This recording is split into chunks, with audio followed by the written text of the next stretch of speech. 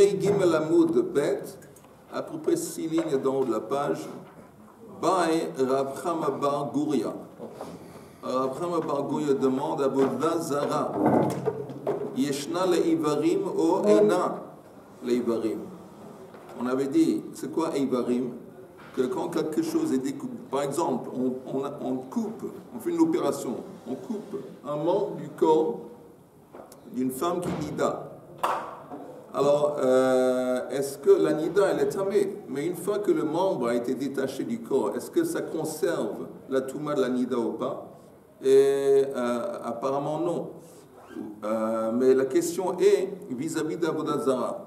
Est-ce qu'Avodah Zara, si on détache, on brise l'Avodah Zara, on a maintenant un morceau de la statue, est-ce qu'elle a aussi la touma qui existait auparavant ou pas? Ok,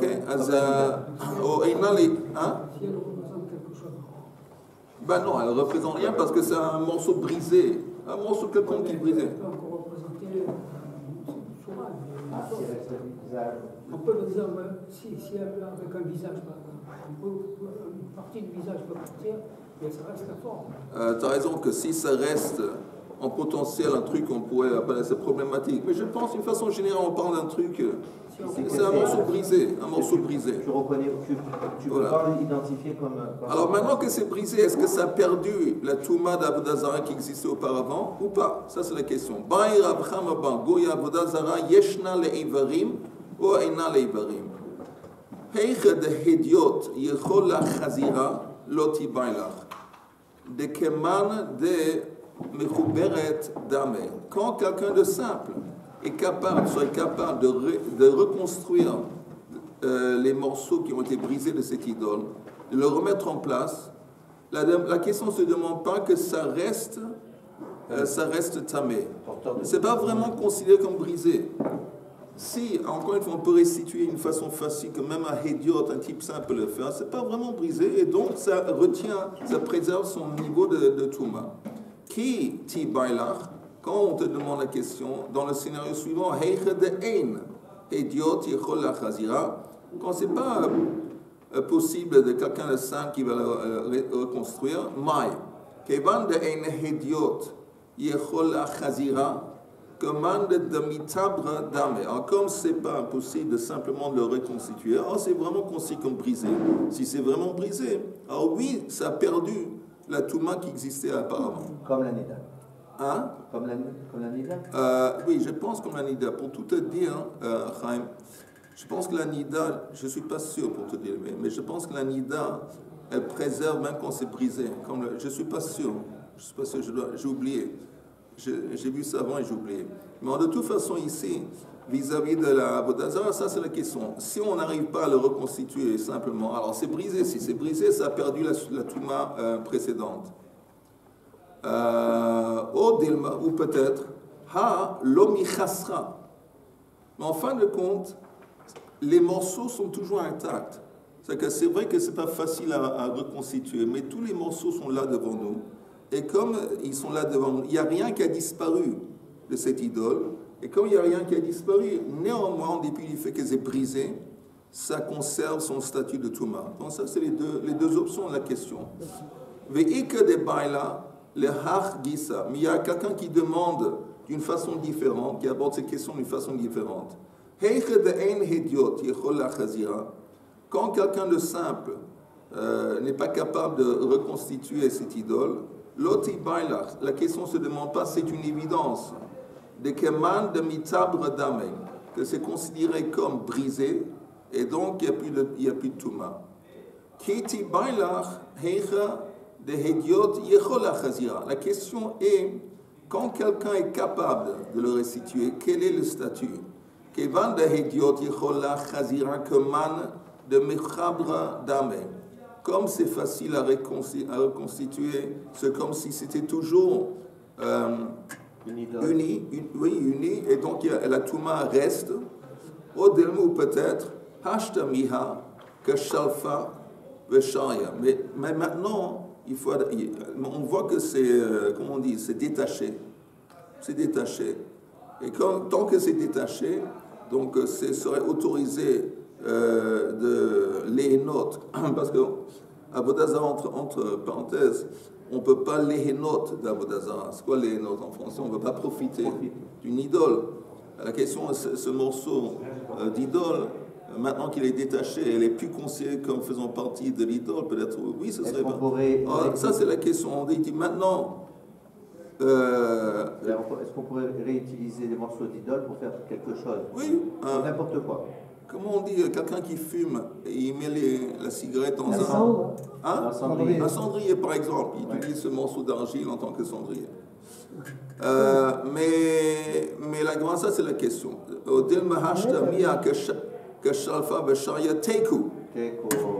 Ok, prochaine question. Bai Rav Achadvoy Bar Ami Avoda Zara Pruta Mikazait Mao. Une idole qui a une quantité qui est moindre, qui est plus petite qu'un kazait. Alors, oui, un tout petit, mais c'est une petite statuette, un petit truc d'une idole qui est tout petit, moins qu'un kazait. Combien de collier, par exemple? Peut-être, voilà. Est-ce que ce serait considéré comme l'idolâtrie? Matkif la Rav Yosef. Rav Yosef part à l'attaque. Le maï, ça servirait à quoi? C'est quoi le scénario où on a une idole qui est tellement petite? Il aime l'inyan isura. Si tu me parles ici, quand tu dis quand c'est plus petit qu'un kazait, ça perd son statut, c'est vis-à-vis de quoi? Si c'est vis-à-vis de l'interdiction de profiter de l'idolâtrie, il aime l'inyan isura. Loye ela zvuv bal akron. Ce serait comparable. Zvuv, ça veut dire une mouche. Et à l'époque, apparemment, il y avait une idole dans Akron, je pense, une ville en Plishtim. Et ils avaient fait, je ne sais pas pourquoi, une idole qui consistait d'une mouche. Et il y avait des gens, à part, il y avait, j'imagine, une grande statue d'une mouche quelque part, au milieu de la ville. Mais à part ça, chacun, il avait chez lui dans une pochette, il y avait une petite statue de mouche. El Azvuv Balakron, Netanya, comme c'est enseigné dans une braïta, Yassimu Lahem Bal Brit l'Elohim Zezvuv Bal Akron. Melamed Shekol Echad Ve'echad Asa Dmut Yirato. Ça nous enseigne que chacun avait créé la forme de cette idole, de cette croyance. Ve'menicha Betorkiso. Il le transportait dans sa poche. Kevan chez Zocha, et quand il se rappelait de temps en temps de cette mouche, de cette idole, Motsia mitor kitso, il l'enlevait de sa poche, ou mechabka, ou menashka, et il l'embrassait. Comment on fait avec le Sefer Torah? Les Havdil billion, trillion Avdalot. Ok, donc on voit que tu me dis, si l'idole elle est plus petite qu'un kazait, quel est le din? Alors, vis-à-vis de quoi? Si c'est vis-à-vis du fait que quand c'est plus petit, on ne va plus la considérer comme une idole, elle perd son statut d'idole. Mais qu'est-ce qu'on va faire par exemple avec cette idole qui s'appelle Zvuv, qui était plus petit et néanmoins c'était une idole. Donc c'est sûr que même si c'est plus petit qu'un kazait, ça ne veut pas dire que c'est plus une idole. Ça ne veut pas dire que tu peux en profiter. Oui, donc ça, c'est pas la question. Oui, vas-y. La question, est-ce que si un Imerhabek, je l'embrasse et tout ça, je l'enlace, est-ce que c'est considéré comme faire du Avodazara? Est-ce que c'est le culte de cette idole, c'est de l'embrasser? Enfin, c'est pas vraiment l'idole, c'est la miniature de l'idole. Encore une fois, on ne parle pas ici d'un acte d'adoration. On ne parle pas en quoi consiste un acte de service ou d'adoration. La question est, quand ce petit truc, cette petite statuette, elle est plus petite qu'un kazait, est-ce que ça veut dire que c'est plus une idole? Que ça perd son statut d'idolâtrie, ça veut dire que ça te laisserait pouvoir en profiter pour n'importe quel besoin. On te dit que non. Parce que la preuve, il y a cette histoire de mouche qui est plus petite qu'un kazait et ça conserve son statut d'idole. Elle a plutôt de quoi on parle quand on dit plus petit qu'un kazait. Elle a l'inyan Touma. On parle de Touma, Maï. Ça veut dire que si c'est plus petit qu'une kazait, alors peut-être ça a perdu sa capacité de l'étamer. Ça pue de tout mal. Ok, compris? Kevan de Itkish le Sheretz, comme il y a une comparaison entre l'idolâtrie, on avait vu avant, et Sheretz, Ma Sheretz beke Adasha, Af Avodazara Nami beke Adasha. Nous, on sait que la Touma d'un Sheretz, elle existe jusqu'à la taille d'un Adasha. Adasha, c'est une fève. Lentille. Donc, la taille d'une lentille, c'est plus petit qu'un Kazait. Et donc, on voit en ce qui concerne Sheretz que la Touma elle continue à exister, même quand c'est tout petit, la taille d'une lentille, qui est plus petit qu'un Kazait. Comme la Vodazara est comparée à Sheretz, ça laisserait entendre que le statut d'Avodazara, la Touma d'Avodazara continue, même quand c'est plus petit qu'un Kazait. Ma Sheretz beke Adasha, Af Avodazara Nami beke Adasha. Ou peut-être Ha Itkish le Met. Mais on voit que Avodazara est aussi comparé à un Met. Et là, c'est différent. Ma Met Bekezait, Af Avodazara Bekezait. Nous, on sait que quand on parle de la capacité d'un morceau d'un Met de rendre tamé, c'est jusqu'à un Kezait. C'est à partir, écrit là-bas. Oui, à partir. Mais si c'est plus petit qu'un Kezait, il n'y a pas d'effet. Ça veut dire qu'un morceau de corps fait moins de kazaït, oui, c'est pas tamé. Mais avec malheureusement la catastrophe. Ok, là donc, la Gemara demande, ok, tu peux comparer la Vodazara à Sheretz, et là ça s'enseignerait que la Touma de cette petite idole, ça continue même jusqu'à la taille d'une lentille. Mais si tu compares ça à Met, on retourne au Kazait. Amar Rav Avia Ve'itema Rabba Bar'ula. Tashma, viens écouter. Quand on dit Tashma, viens écouter, normalement c'est une tentative de répondre à la question. Il y a une braïta de Tanya Avodah Zara Pruta Mikazait Ein Ba Tuma Kol Ika. Une idole qui a une taille de moins qu'un Kazait, elle n'a aucune Touma. Chez Nehemar, comme c'est écrit, Veyashlech et Afara al Kever Bnei Ha'am.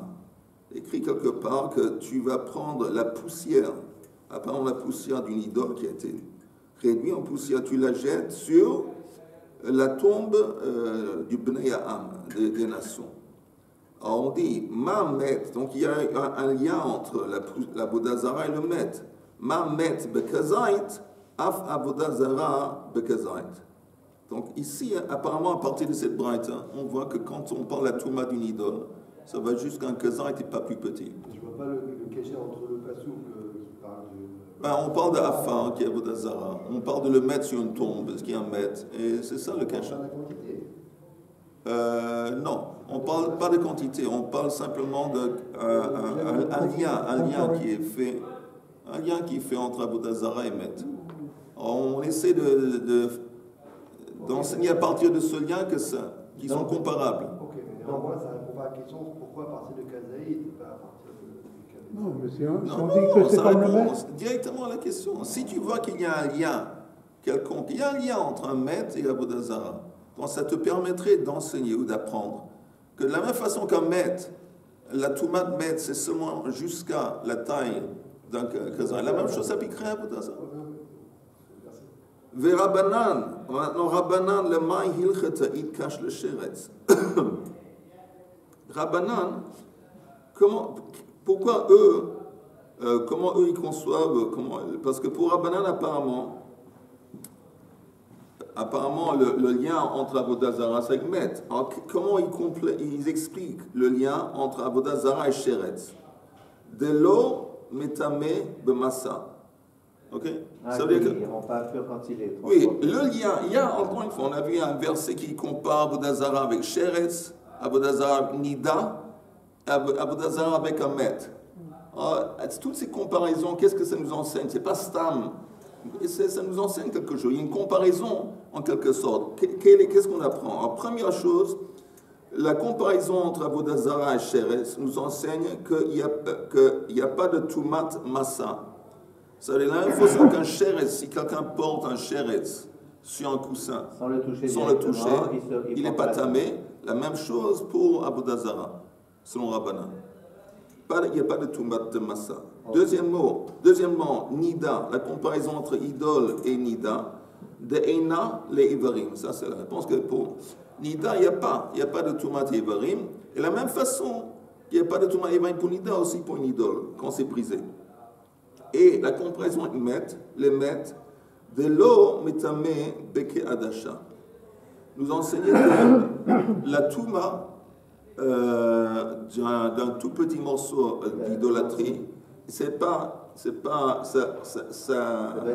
s'applique pas à la taille d'une lentille, seulement à partir de la taille d'un kazait. Ok? Ça, c'est les trois choses qu'on apprend. Maintenant, la Gemara demande une question. Elle dit, bon, c'est bien beau, tu as comparé la façon que tu as comparé. Tu as appris ce que tu as appris avec ces comparaisons. Mais toutes les choses que tu as appris, en fin de compte, c'est les couleurs. Tu aurais pu faire la comparaison de sorte que la conclusion, c'est une khumra. Pourquoi tu as enseigné? On va voir quels seraient les khumrot. Eima, les khumra. Le ma'hil khatan, aksha rachmana le sheretz. Pourquoi est-ce que l'idole a été comparée à un sheretz? Le tanouy a été kadasha. Tu pourrais justement dire les khumra. Que la touma d'un petit morceau, elle continue jusqu'à la taille comme un sheretz d'adasha. Ça, c'est le khumra. Les nida, l'itmouye be'even mesama. Nous, on sait que la touma du nida, pas seulement il y a touma de massa, il y a même even mesama. On pourrait dire que ça s'appliquerait comme une nida, de la même façon que c'est even mesama, l'unida aussi à Avodah Zarah. Aksha rachmana les met, et la comparaison avec le met et l'idole, l'itmouye be'ohel. C'est une khumra. De la même façon qu'un maître, il y a tout matoel aussi pour une idole. Donc, la Gemara dit, c'est vrai que tu me dis qu'il y a une comparaison entre ces trois choses, mais toutes les trois comparaisons, en fin de compte, c'est cool. Pourquoi tu n'as pas pris la piste de khumra? Compris la question? Et parce qu'il a envie de prendre quoi? Parce qu'il a envie. Il s'est levé un matin, il dit, tu sais quoi? Lui, Bali. non, J'ai envie. Lui, il voit ça comme ça. C'est son avis à lui. Comme Pourquoi ça. Pourquoi Ça pourrait être comme ça, ça pourrait être autrement. C'est quoi ces questions-là? C'est quoi ces questions-là? C'est quoi ces questions? Je regrette que tu n'as pas pris un café ce matin. J'ai pris un café. Ah, je regrette que tu n'as pas pris encore un café. Pas un deuxième. Mais ça, non, Chaim, tu rigoles. Il n'y a personne qui... C'est pas Stam. Tu sais, il m'est venu à la tête de comparer comme ça. Mais j'aurais pu aussi facilement comparer comme ça. C'est vrai ce qu'il dit le deuxième. C'est pas... Alors, si on voit les choses, si on aborde les choses différemment, on pourrait faire les khumra. Les khumra, ça fait autre chose, ça donne un résultat. Ok, alors la Gemara demande, écoute, c'est quoi? On n'est pas des réformes. C'est quoi toutes ces choses de l'école?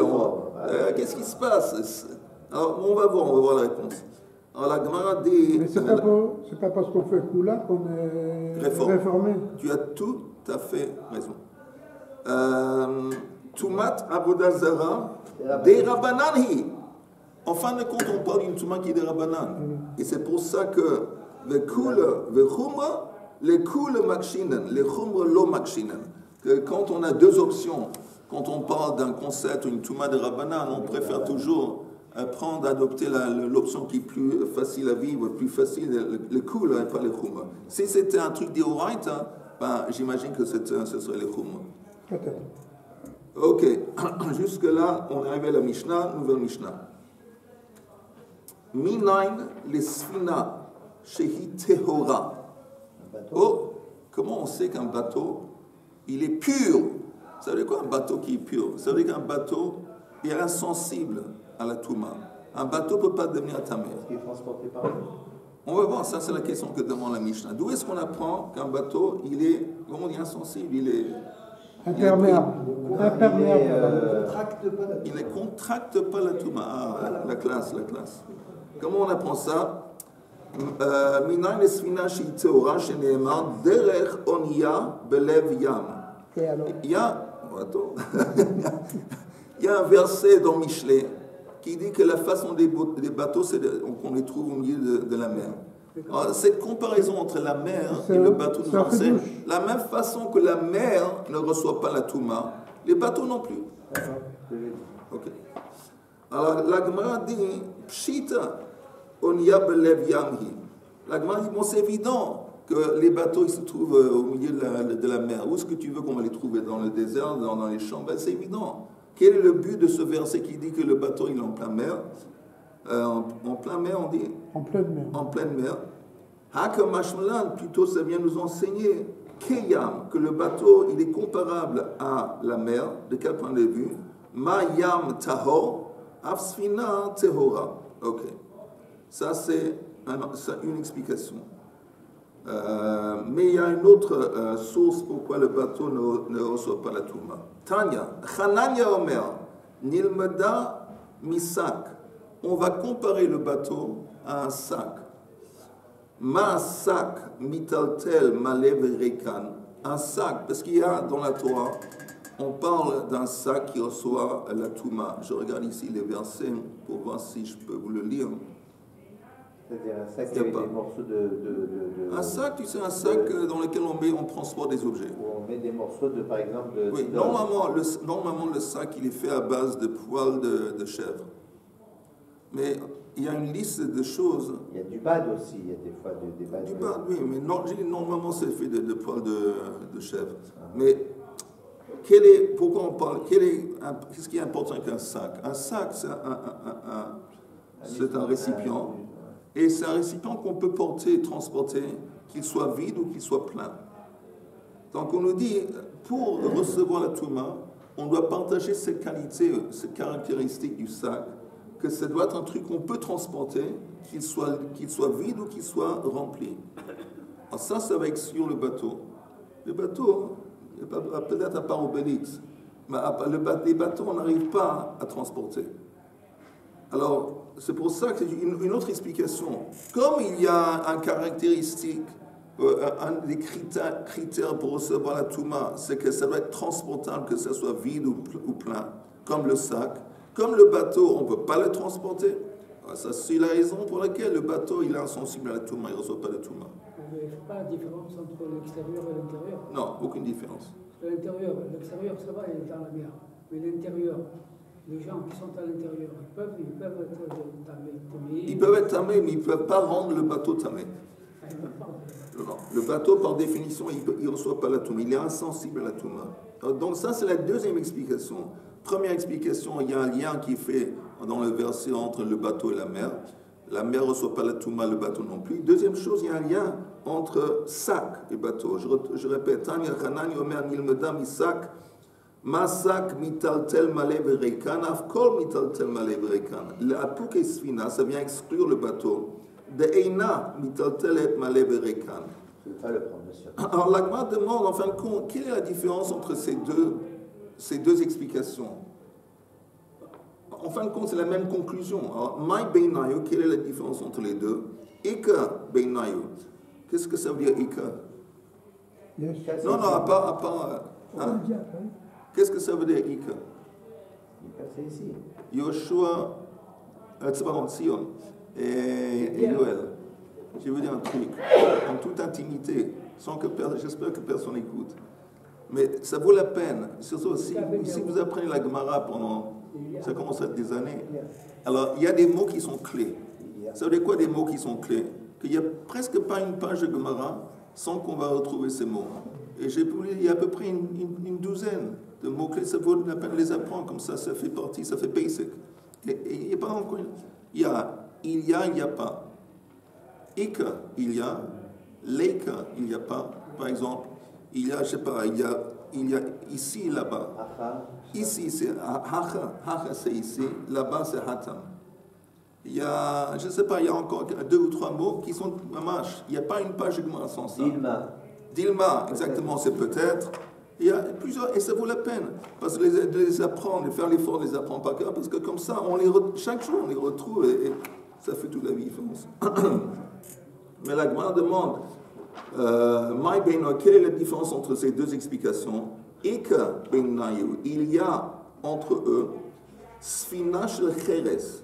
Si on avait un bateau qui était fait d'argile, Man de Amar Onia Belev Yam, celui qui explique, selon le verset qui fait le rapport entre la mer et le bateau, Hanami Belev Yamhi. Bon, un bateau d'argile, il est aussi sur la mer. Non, mais c'est pas fréquent. Un C'est bateau pas- d'argile non. sur la mer, il coule. Ah bon? Mais apparemment, la Gemara dit que ça ne coule pas. La Gemara dit, ce serait, je ne sais pas, mais si on avait un bateau d'argile, même il n'y a pas de problème, c'est comparable à la mer, et donc ça ne reçoit pas la Touma. Ou les mandaments que sac, tandis que celui qui fait la comparaison, qui apprend à partir du sac, hanach d'achtivei gabei sac, dans le verset qui parle de sac, on parle d'autres choses aussi. Quelles sont les autres choses dont on parle dans le verset? Peut-être il y a un Rashi qui va nous dire. Attendez une seconde.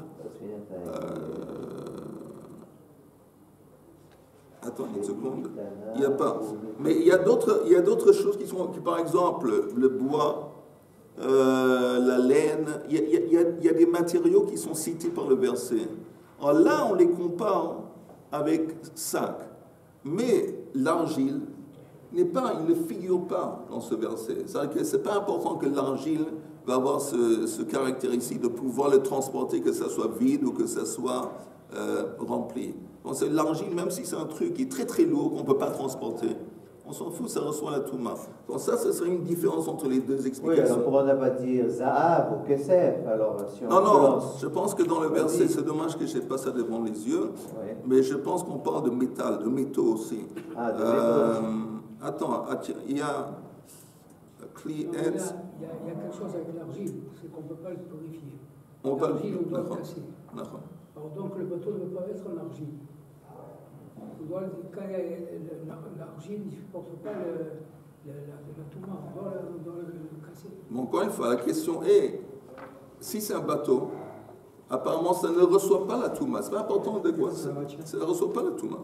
Maintenant, juste très vite, je répète, on a demandé quelle est la différence si tu apprends qu'un bateau ne reçoit pas la Touma à partir de la mer, comparaison de la mer, ou à partir de la comparaison de le sac. Il y a une différence dans un cas d'un bateau qui fait d'argile. Si c'est fait d'argile, et je ne sais pas comment elle est, mais si c'est un bateau qui flotte sur la mer, c'est comparable à la mer, ça ne reçoit pas Touma, même si c'est fait d'argile. Mais si on parle d'un bateau d'argile, ce n'est plus comparable au sac, parce que ça ne figure pas dans le verset qui parle du sac, et donc même si on ne peut pas le transporter, néanmoins ça reçoit la Touma. La Gemara dit, il y a une autre différence. Inami, Sfinat Hayarden, le bateau qu'on met sur la rivière du Jourdain. Les bateaux qu'on met dans la rivière, ils sont beaucoup plus petits. On ne peut pas mettre un gros bateau dans la rivière du Jourdain. C'est des petits canots comme ça, des petits bateaux. Alors là, c'est quelque chose qu'on peut transporter. Le mandama Onia Belev Yamhi, celui qui dit qu'il compare ça à la mer, Hanami Onia Belev Yamhi.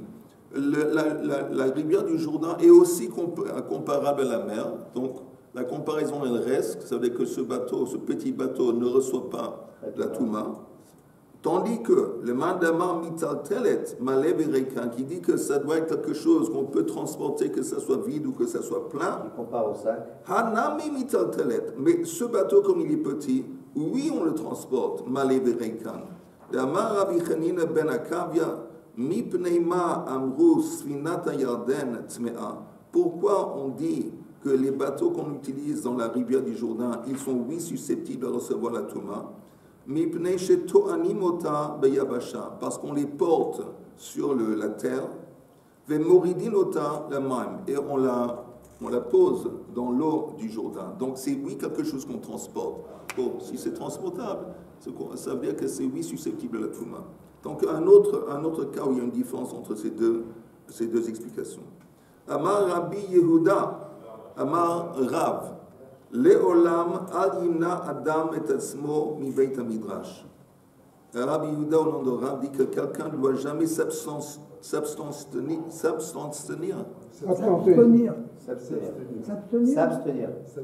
Ok, merci. Quelqu'un ne doit jamais s'abstenir du beit midrash. Même pour un tout petit moment. Shaharei Kama shanim nishnet mishnazu bebeit midrash. Ça fait des années qu'on enseigne cet enseignement dans le Beit Midrash, que les bateaux du Jourdain, oui, reçoivent la Touma. Ça fait des années qu'on a entendu ça. On n'a jamais su expliquer, on n'a jamais compris pourquoi. Ad Sheba Rabbi Hanina ben Akavia bePirsha. Jusqu'au moment où on a eu besoin que lui il vienne un beau jour et il a enseigné dans le Beit Midrash. Et c'est seulement ceux qui étaient présents qui ont eu le mérite de l'apprendre. Amar Rabbi Yonatan, Leolam, Al Yimna Adam et Atzmo mi Beit Midrash, ou Medivre Torah. Quelqu'un ne doit jamais s'abstenir du Beit Midrash et de l'étude de la Torah, Va'afilu Beshat Mita, même pendant qu'il est au moment de la mort, en train de mourir. Ça me rappelle. Zichrono Livacha, mon fils, que même les derniers quelques semaines, les derniers quelques jours, quand on allait les visiter, tout le monde me demandait, papa, dis-moi un Dvar Torah. Oui, donne-moi un Chidouche, parle-moi en Torah. C'est jusqu'à la fin, lui il n'était plus capable. Il avait presque pas capable de parler. Il demandait, allez, apprends avec moi. Oh, c'est beau. Ouais. C'est Merengesh.